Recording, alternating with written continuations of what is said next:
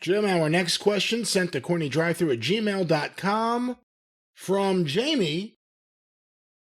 Why do you think Rowdy Roddy Piper had so much animosity towards Mr. T? Piper talked negatively about Mr. T in shoot interviews for years. But Mr. T had legitimate credibility as a bouncer and bodyguard. Oh, Jesus. As well as being an accomplished high school wrestler. Oh, God damn it. He wasn't a 120-pound rapper doing dives by any means. He also went out of his way to protect the business. Go back and check out his interviews and media appearances during the build to WrestleMania 1. He seemed to get legitimately angry at anyone who implied wrestling was phony. It's also worth noting, Piper ended up in Hollywood soon after. And I think that's a good point. It's a good point to the question. You know, for anything, anyone, and really any negative stuff about Mr. T usually comes from the guys like Piper and Orndorff who had to work with him, and the mentality of how to work with a celebrity. But it is true, he protected the business. Like, when the Belzer thing happened, he was one of the causes of the goddamn thing. Well, yeah, but think about this. Mr. T was phonier than the boys, because unlike the boys, Mr. T was a complete gimmick. Nothing about that was real. He wasn't a badass. He wasn't a fighter, a street fighter. He got the bodyguard shit and everything else off of the look, the gimmick. If he had not taken up for the wrestling business being real, then that would have meant that he and Hulk Hogan weren't really winning. All these things can be true. Yes, Mr. T did take care of the business, but not because he was so enamored of the wrestling business, is because he didn't want to expose his gimmick. And everybody thought that's why it worked and it sold tickets. People thought he was the real deal. And he couldn't admit that he was in a work and still be real. You see where I'm going with that? It would have killed Mr. T too, and yeah. Mr. T was phonier than the boys. At least most of the boys were tough. Orndorff was a badass. David Schultz was going to beat the shit out of Mr. T just for fun, and there wasn't anything they were going to do about it except fire David Schultz. Well, and also have a team of police officers drag him out of the building. And have a team of police officers drag him out of the building. The animosity from Piper, wouldn't you have Piper, not only one of the biggest stars in the wrestling business, but he cared about his image also. At that time, you could name on one hand and still have a couple of fingers left over matches that had ever been held in the WWF that were worse than that boxing match with Mr. T and Roddy Piper, right? That was one of the worst things ever. WrestleMania 2 at the Nassau Coliseum. Okay, so how do you think Roddy Piper feels when he has to fucking be reminded every day for the rest of his life that he was in one of the most absolute stinkers of all time, and it wasn't his fault? Turned him babyface with that crowd. Yes. And so, a lot of the guys, obviously they went with it because it was Vince's, WrestleMania push and blah, blah, blah. And it was publicity, but they gritted their teeth and held their nose to do it because Mr. T couldn't work.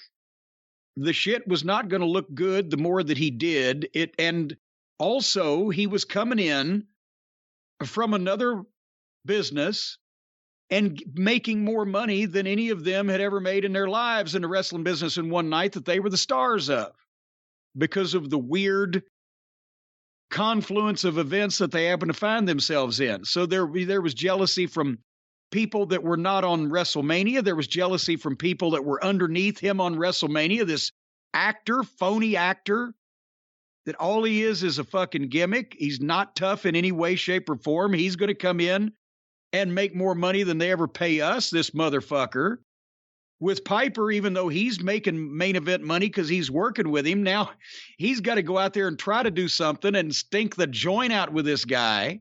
So he's not going to have a lot of fond memories. And from what I recall hearing, besides the fact that Mr. T didn't expose the business or make mockery of it on the air, he was not exactly the most humble and lovable person in the locker room to to the way he came off with, he wasn't walking in there as himself and going, oh, thank you guys for letting me be a part of this. He's walking in with the chains and the mohawk like he's somehow as badass as these guys are, and they all resented it. Does that sum it up pretty much? I think so, and you have to think if that would happen today, maybe some of those wrestlers would resent it to the point where they would hire an attorney. And sue! Is that what you're saying? And sue! And sue! And not my sister Sue, the seamstress who sews, but suing in a court of law for misrepresenting a non-tough guy as a tough guy. I can't think of anybody better to take that case than this man. Call Stephen P. News.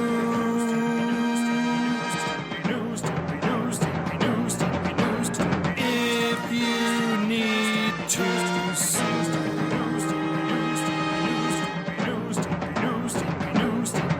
An outlaw mud show or two. Still to the rest.